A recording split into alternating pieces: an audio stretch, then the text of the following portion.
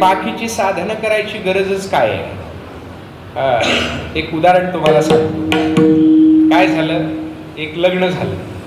लग्न झाल्यानंतर वर्षभर 2 वर्ष काय गेल्यानंतरची बायको होती ती नवऱ्याला म्हटली, अहो लग्न व्हायच्या आधी एवढं प्रेम करत होता आणि लग्न झाल्यानंतर एकदमच प्रेम करायचं कमी झाला. म्हणले असं कसं काय झालं? नवरा म्हटला, निवडणूक संपल्यावर कोण प्रचार करतं का? निवडणूक संपल्यावर प्रचार करत म्हणजे एकदा एखाद्या गोष्टीचं फळ मिळालं त्यानंतर दुसरी कुठली गोष्ट करायची गरज राहत नाही. तसं एकदा पंढरपूरची वारी केली की इतर साधना करण्याच्या खटपटीत पडण्याची गरज नाही.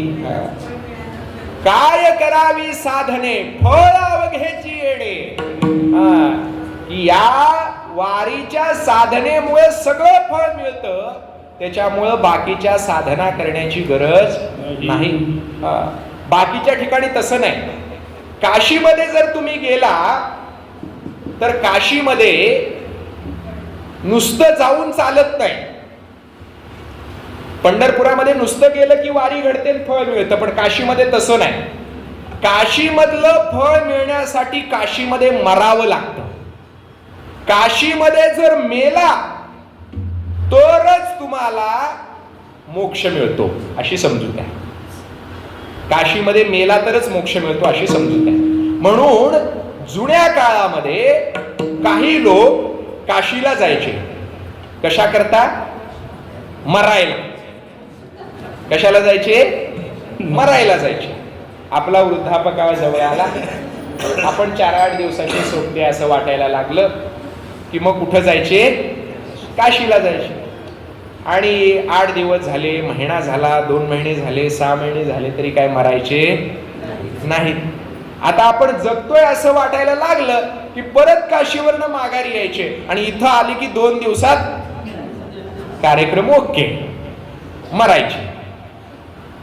म्हणजे काय? किंवा अगदी अलीकडच्या काळात आपल्याला माहिती आहे की कोरोनाच्या काळामध्ये गंगेमध्ये हजारो प्रेत वाहत होती. काय कारण होतं? की गंगेमध्ये किंवा काशीमध्ये मेल्यानंतर मोक्ष मिळतो या समजुतीपोटी मेलेली प्रेत त्या गंगेमध्ये काशीमध्ये नेऊन टाकली जायची. म्हणजे काशीमध्ये मोक्ष मिळतो, पण कधी मिळतो? मेल्यावर मिळतो. आमच्या ज्ञानोबारायांनी म्हटलेलं आहे, मोक्ष देऊणी उदार काशी होय कीर, परी वेचावे लागे शरीर गावी. काशीमध्ये मोक्ष मिळतो, पण तिथं शरीर वेचावं लागतं, म्हणजे तिथं मरण यावं लागतं. पण वारकरी संप्रदायाला ही समजूत काय बरोबर वाटत नाही, लक्षात घ्या. म्हणून आमच्या कबीर महाराजांनी काय केलं? कबीर महाराजांचं उदाहरण प्रसिद्ध आहे. कबीर हे वारकरी संप्रदायातलेच एक संत होते. 5 प्रमुख संतांपैकी कबीरांना एक मानण्यात आलेलं आहे. कबीरांनी काय केलं?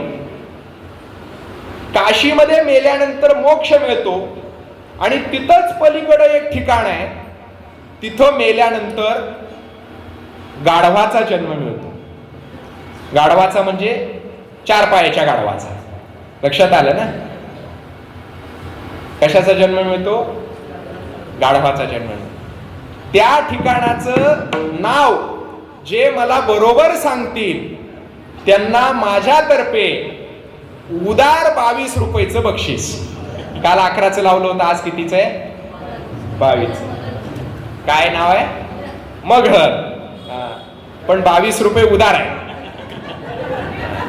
आता उदार का लावलं याचं पण पुढे मी सांगणार आहे. मगहर नावाचं ठिकाण आहे. काशीपासून जवळच मगहर नावाचं ठिकाण आहे. या मगहरच्या ठिकाणी जर माणूस मेला तर त्याला गाढवाचा जन्म मिळतो किंवा नरकाला जावं लागतं अशी समजूत आहे. आणि काशीमध्ये जर मेला तर त्याला मोक्ष मिळतो अशी समजूत आहे. कबीरांचा जन्म काशीतला, कबीरांचं बालपण काशीतलं, कबीरांचा सगळा उमेदीचा काळ काशीतला. पण अखेरच्या काळामध्ये मात्र कबीर मुद्दाम कुठे गेले माहितीये का? मगहरला गेले. म्हणजे जिथं माणसं माणसं मेल्यावर त्याला गाढवाचा जन्म मिळतो अशी समजूत आहे. तिथं कबीर गेले त्या मगहरला आणि मगहरला देह ठेवला. कुणी? कबीराने. राष्ट्रसंत वंदनीय तुकडोजी महाराजांनी त्यांच्या ग्रामगीतेमध्ये याचं वर्णन केलेलं आहे. स्वतः कबीरांनी याच्यावर दोहे रचलेले आहेत, ते आपल्याला वाचायला मिळतील. पण तुकडोजी महाराजांनी लिहिलेले आहे. कारण गुरुदेव सेवा मंडळाचे काही लोक आलेले आहेत, भगवी टोपी घातलेले आहेत, त्याच्यावरनं मला कळत आहे. तुकडोजी महाराजांनी ग्रामगीतेमध्ये या संदर्भामध्ये एक ओवी लिहिलेली आहे. तुकडोजी महाराज म्हणतात, काशीवासी भक्त कबीर समाधीस गाव निवडती मगहर, लोक ज्यास म्हणती नरकद्वार, तीच उद्धार भूमी जाहाली. म्हणजे ज्याला लोक नरकद्वार समजत होते तीच उद्धार भूमी झाली. कारण संतांची समाधी म्हणजे उद्धार भूमीच. म्हणून लोकांना जे मगहर नरकाचं दार वाटत होतं तिथं कबीरांनी देह ठेवला. सांगायचा मुद्दा काय आहे? सांगायचा मुद्दा असा आहे की काशीमध्ये मोक्ष मिळतो, पण कधी मिळतो? मेल्यावर मिळतो. आणि मेल्यावर मिळणारा मोक्ष बघायला आपण जिवंत असतो का हो? आपण जिवंत असत. आपल्याकडे एक म्हण आहे बघा, मेल्यावर स्वर्ग बघायला मिळतो. तसा हा मेल्यावरचा मोक्ष आहे. दुसरं एक ठिकाण आहे महाराज म्हटले, गया नावाचं. या गयेला श्राद्ध पिंडदानाचा विधी केला जातो. आणि श्राद्ध पिंडदानाचा विधी केल्यानंतर पितरांच्या ऋणातनं मुक्त होता येतं. बरोबर की नाही? पण आता पितरांच्या ऋणातनं आपण मुक्त झालोय की नाही हे तपासण्याकरता काही निकष आहे का हो? आपल्याला कळतं का आपण पितरांच्या ऋणातनं मुक्त झालो की नाही? हे कळतं का? नाही कळत. म्हणजे हे सुद्धा कसं आहे? उदारीच आहे. काशीमध्ये मेल्यानंतर जो मोक्ष मिळतो तो सुद्धा कसा आहे? उदारीचाच आहे. आणि उदारीचं काय खरं नाही. उदारीने लोकांचे धंदे बुडले. मी नेहमी एक उदाहरण सांगतो की एक जण एका हॉटेलमध्ये जेवायला गेला. हॉटेलमध्ये जेवायला गेल्याच्या नंतर त्यानं 2 बोर्ड बघितले. एकीकडे होतं इथे रोख मिळेल आणि एका बाजूला बोर्ड होता इथे उधार मिळेल. कुठं गेला असेल? उधारीच्या दुकानात. उधारीच्या दुकानात. हुशार आहे की? कुठं गेला? उधारीच्या दुकानामध्ये गेला. उधारीच्या याच्यामध्ये गेल्यानंतर पुन्हा त्याला 2 बोर्ड दिसले. इथे उधार मिळेल, इथे फुकट मिळेल. कुठे गेला असेल? फुकट मध्ये गेला. आणि फुकट मध्ये जो गेला तो बाहेरच निघाला, त्याला परत आत येता आलं नाही. तसं हे उधारीचं काही खरं नाही. काशीतला मिळणारा मोक्ष हा उधारीच आहे, मेल्यानंतर मिळणार आहे. गयेमध्ये पितृऋणाचा नाश होतो, पण नाश झालाय की नाही हे बघण्याचं काय प्रमाण उपलब्ध नाही, म्हणजे तेही उधारीच आहे. पण पंढरपुरामध्ये तसं नाही. म्हणून आमचे तुकोबाराय म्हणाले, मरण मुक्ती वाराणसी, पितृऋण गयानाशी, उधार नाही पंढरीशी, पायापाशी विठोबाच्या. काशीमध्ये उधारीच आहे, गयेमध्ये उधारीच आहे, पण पंढरपुरात उधारीच आहे का? पंढरपुरामध्ये उधारीच नाही. उदार नाही पंढरीशी, पायापाशी विठोबाच्या. त्यामुळे ज्यांना उधारीचं बक्षीस लावलं होतं त्यांनी समजून जायचं की हे बुडीतच आहे. म्हणून तुकोबाराय म्हटले की बाकीच्या ठिकाणी काहीतरी साधनं करावी लागतात, पण पंढरपुरात कुठलं साधन करावं लागत नाही. न लगे दंडणे मुंडणे ते काही.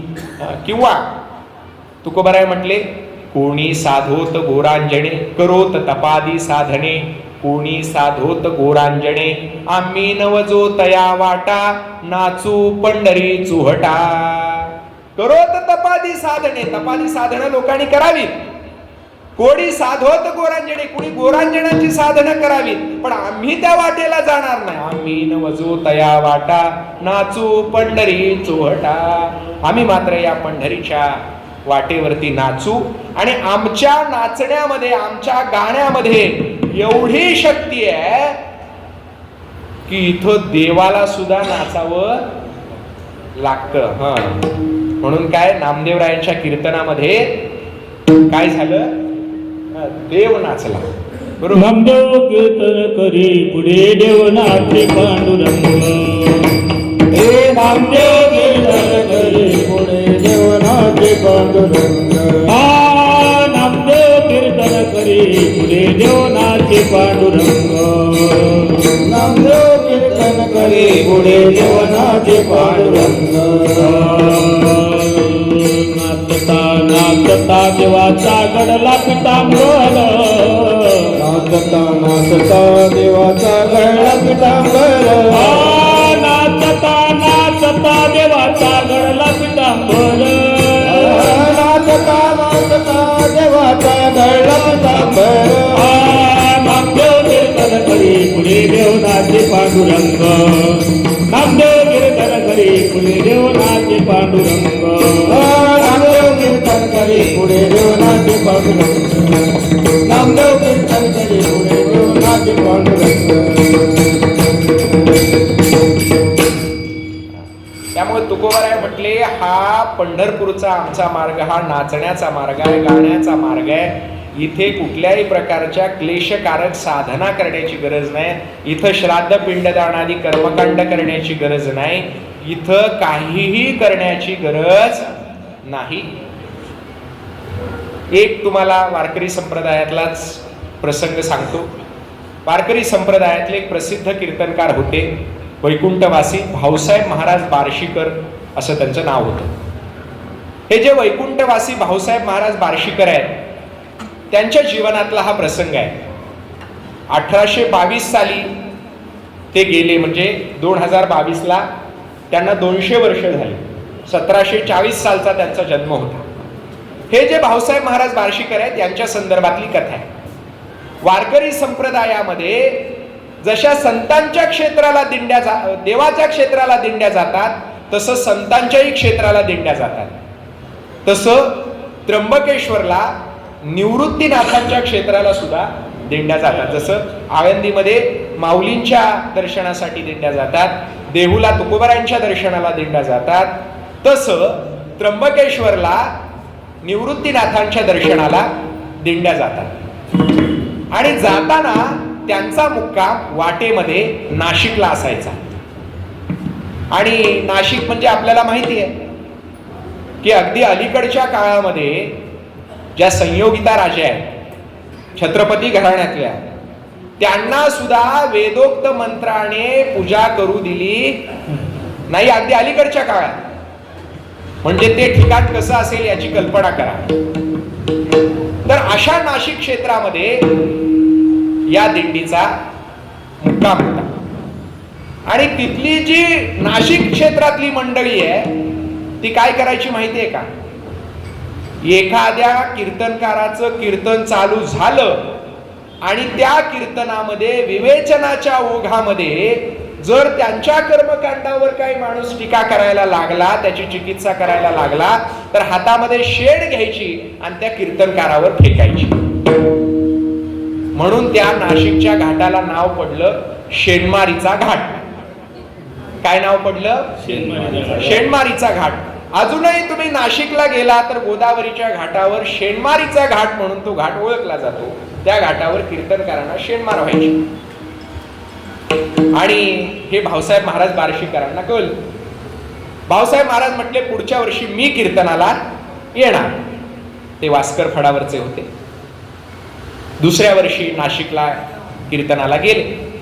कीर्तन सुरू झालं आणि कीर्तन सुरू झाल्यानंतर त्या क्षेत्रातली जी सगळी पुरोहित मंडळी होती हातामध्ये शेण घेऊन भाऊसाहेब महाराजांना ते शेण मारण्यासाठी अशी दोन्ही बाजूनी उभी राहिली. पण भाऊसाहेब महाराजांनी एक योजना आखली. त्यांनी काय केलं माहितीये का, कीर्तन चालू केलं, कर्मकांडावर टीका करायला लागले, पण प्रत्येक कर्मकांडाचं खंडन करताना संतांच्या बरोबरीनं वेदोपनिषदातले पण पुरावे द्यायला लागले. आता त्यांना मान्य असलेल्या ग्रंथातले जर पुरावे द्यायला लागले तर त्यांचा नाईलाज झाला. त्यांनी काही शेणमार केली नाही. कीर्तन संपल्यानंतर ते भाऊसाहेब महाराजांजवळ आले आणि भाऊसाहेब महाराजांना म्हटले, महाराज तुमचं कीर्तन आम्हाला आवडलं, परंतु या नाशिक क्षेत्रामध्ये अशी रूढी आहे की इथं आल्यानंतर प्रत्येकाला श्राद्ध पिंडदानाचा विधी करावा लागतो, मुंडन करावं लागतं, आणि श्राद्ध पिंडदानाचा विधी करून मुंडन करून जर तुम्ही गेलात तरच तुम्हाला त्याचं फळ मिळतं, त्याच्याऐवजी फळ मिळत नाही, त्याच्यामुळे तुम्ही इथं मुंडन करावं. भाऊसाहेब महाराज म्हटले, न लगे दंडन मुंडन ते काही, असं आमच्या वारकरी संप्रदायाचं तत्व आहे. ते म्हटले ठीक आहे, तुम्ही त्याचे सगळे पुरावे दिलेले आहे, पण धर्मापेक्षा रूढी बलवान असते. रूढी धर्मस्य बलवान, हा असं म्हटलेलं आहे. रूढी ही धर्मापेक्षा बलवान असते. आणि नाशिकची अशी रूढी आहे की इथं आल्यानंतर प्रत्येकाला श्राद्ध पिंडदानाचा विधी करावा लागतो आणि मुंडन करावं लागतं, त्याच्यामुळे तुम्हाला इथं विधी करून मुंडन करावंच लागेल. भाऊसाहेब महाराज म्हटले असं? हो म्हटलं. इथं आलेल्या प्रत्येकालाच करावं लागतं? हो म्हटले, इथं आलेल्या प्रत्येकालाच करावं लागतं. मग मला सांगा म्हटले, तुमच्याकडे जेव्हा तुमच्या मुलीचं लग्न असतं, पूर्वी लग्न ही मुलीच्या घरी व्हायची, तुमच्याकडे जेव्हा लग्न मुलीचं असतं तुमच्या, आणि तुमचा जावई येतो, त्या लग्नाच्या वेळेला त्या जावयाचं पण मुंडन करतात का म्हणले? हे म्हटले असं कसं काय, जावयाचं कसं मुंडन करायचं म्हटलं? का करत नाही? अहो ते लग्न आहे म्हटले, लग्न हा सोहळा आहे म्हटले, आणि सोहळ्यामध्ये मुंडन करायचं नसतं. भाऊसाहेब महाराज म्हटले बरोबर, सोहळ्यामध्ये मुंडन करायचं नसतं, हे बरोबर. त्याचप्रमाणे आमच्या वारकरी संप्रदायामध्ये सुद्धा दिंडी घेऊन संतांच्या क्षेत्राला वारी करायला जाणं हा आमच्यासाठी सोहळा आहे म्हटले, आणि म्हणून आम्ही सोहळ्यामध्ये मुंडन करणार नाही. ठीक आहे म्हटले. तर काय त्याच्यावर कोणतीच बंद झाली. भाऊसाहेब महाराज वारीला गेले, नाशिक त्र्यंबकेश्वरची वारी करून माघारी निघाले. माघारी निघाल्यावर या पुरोहित मंडळींनी त्यांना गाठलं आणि परत ते असं म्हटले की बरोबर आहे, तुम्ही गेल्या वेळी म्हटला की लग्न हा सोहळा आहे, सोहळ्यामध्ये मुंडन करायचं नसतं, तसं आमच्यासाठी वारी हा सोहळा आहे, सोहळ्यामध्ये मुंडन करायचं नसतं. पण आता तुमची वारी संपलेली आहे, आता तुम्ही मुंडन करा आणि श्राद्ध पिंडदानाचा विधी करा. भाऊसाहेब महाराजांच्या आजूबाजूला जे वारकरी होते ना, ते वारकरी काय म्हटले माहितीये का? श्राद्ध पिंडदान कशा करता करायचं असतं? जिवंत माणसांकरता करायचं असतं का मेलेल्या माणसांकरता करायचं असतं? कुणाकरता करायचं असतं? मेलेल्या माणसांकरता श्राद्ध करायचं असतं. आणि आम्ही आमचे पूर्वज आमच्या संतांना मानतो, आणि संत जरी देहरूपाने गेलेले असले तरी त्यांच्या अक्षर रूपाने, त्यांच्या अभंगाच्या रूपाने अजून जिवंत आहेत. आणि ते अभंग असल्यामुळं, संत हे अक्षर रूपाने जिवंत असल्यामुळं, आणि आम्ही त्यांना मायबाप मानत असल्यामुळे, तुम्ही संत माय बाप कृपावंत संत हे मायबाप आहेत असं आम्ही मानतो, आणि संत आमचे मायबाप आहेत, आणि ते मायबाप त्यांच्या अक्षर रूपाने, त्यांच्या अभंगाच्या रूपाने जिवंत आहेत, त्याच्यामुळे आम्ही श्राद्ध पिंडदानाचा विधी करत नाही. म्हणजे इतर क्षेत्राच्या ठिकाणी कोणता तरी विधी करावाच लागतो, पण पंढरपुरामध्ये विधी तो हरिकथा, कीर्तन सोडून पंढरपुरामध्ये कुठल्याही प्रकारचं कर्मकांड करण्याची गरज नाही. इथं कुठल्याही प्रकारची उच्चनीचता नाही, त्याच्यामुळे इथं कुठली साधनं करावी लागत नाही. म्हणून महाराजांनी सांगितलं की तुम्ही वारकरी व्हा आणि पंढरपूर बघा, मधली चाल घ्या, मधली चाल.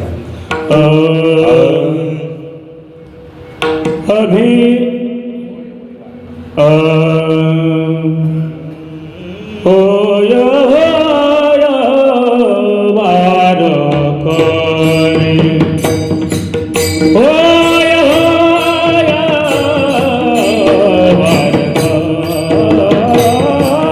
वारकरी, होय होय वारकरी.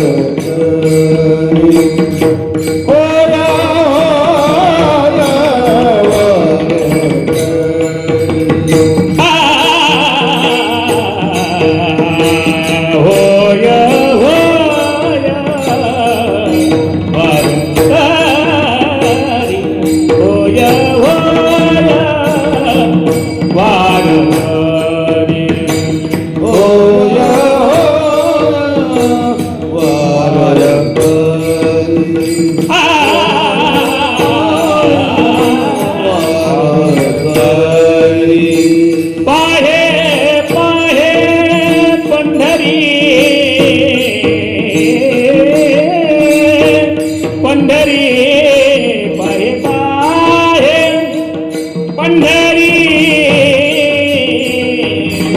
पाय करा विसाधने पाय करा विसाधने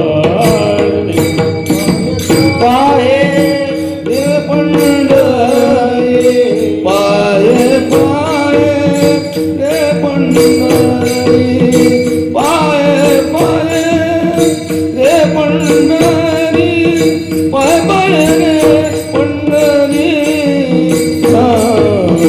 पाया करा विसाधने पाय करा साधने बारकुमारी हो बारकुमारी बारकुमारी हो बारकुमारी बारकुमारी हो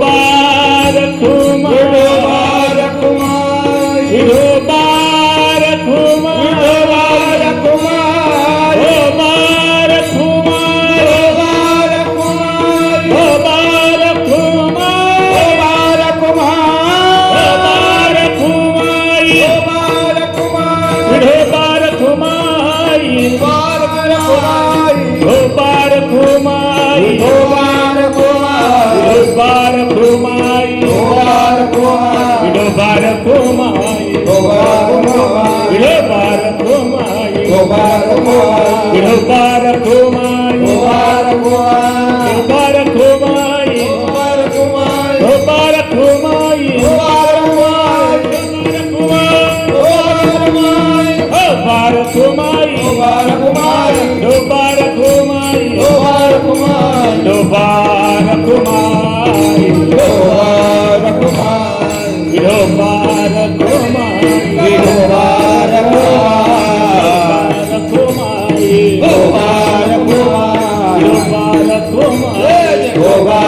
बारकुमारी